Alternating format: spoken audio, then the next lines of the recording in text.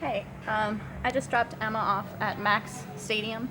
Her boyfriend, Tu, is fighting tonight on the Sunday show, so I get to watch on TV, which is exciting, and Emma's going to watch from the stadium. She's got a couple of friends who are coming in, so that should be good. I'm hoping to see her on the screen, actually. I hope they pan to the audience. I was telling her, don't look like the bored farang that are always in there, and we lamented about our resting bitch face that we have. But today was a lot of fun. So Emma came down last night because because Tu was weighing in yesterday. So we got to train this morning together, which was sparring and clinching and having a lot of fun, which I don't really get to do in the morning very much. And then it was my last day of training before my fight, and Pinu just kind of pops out in the middle of training and is like, "Oh yes, you're not fighting this girl who you thought this entire time you were going to be fighting because her trainer called and said she hasn't been training, so they pulled out of the fight." And I'm like, it's the last day of training, which means that this fight is in 2 days. Like, did you not notice prior to this point that she's not been training? But so I think there's more to that than just not training. That's actually a very kind of typical reason to pull out of a fight. It could be anything. But it doesn't matter. They're giving me a girl who's much bigger instead.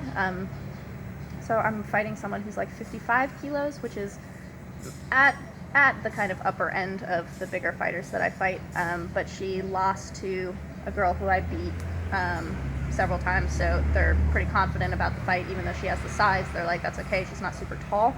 Pinu was worried about her height because I have a couple more fights coming up, and so they didn't want to unnecessarily throw me into a fight where I might have an injury and have to come out of those fights. So I'm excited about that, and this afternoon Em and I did some more clinching and sparring, and we got to work with some of the little boys that were in the gym. Alex is bigger than me now. He actually officially weighs more than me now. But so we're clinching with him and this little kid who just threw bombs at me. I clinch with gloves on, so he put his gloves on as well, and so I kind of, because I have gloves on, I kind of punch in order to enter into clinch. So he started doing the same, but he's smaller, so he was just wailing on me, and he clocked me so hard. He like rung my bell a little bit, but it ended up being a little bit funny, so it's all right. I got punched pretty hard. But so Pinu made me wait until the very, very end to do my pad work, which I did while Emma was showering and getting ready to go, but he was not nice to me in pad work. He was just kind of roughing me up a little bit, and I realized I was like pushing him against the ropes and clinching him, and he's so much bigger than me that I often kind of I can clinch him pretty well, and I like drag him down and can kind of like get him in a position that he, gives me.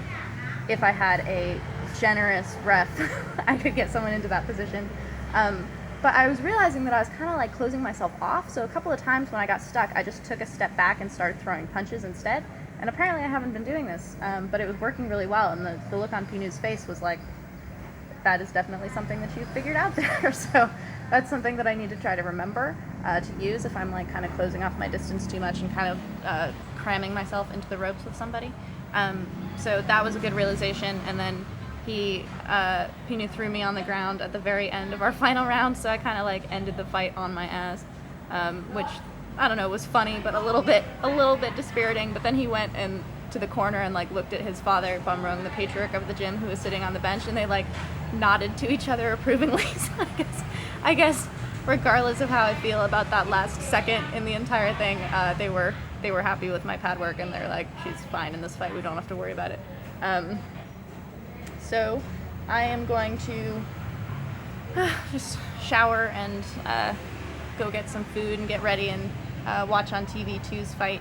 My knuckles are a little bit sore from my bare knuckle stuff, but that's good. I'm just, building up the skin and that kind of thing, and I feel like my punches are so much better. They're so much more solid from the bare knuckle training, but mentally I'm still not ready.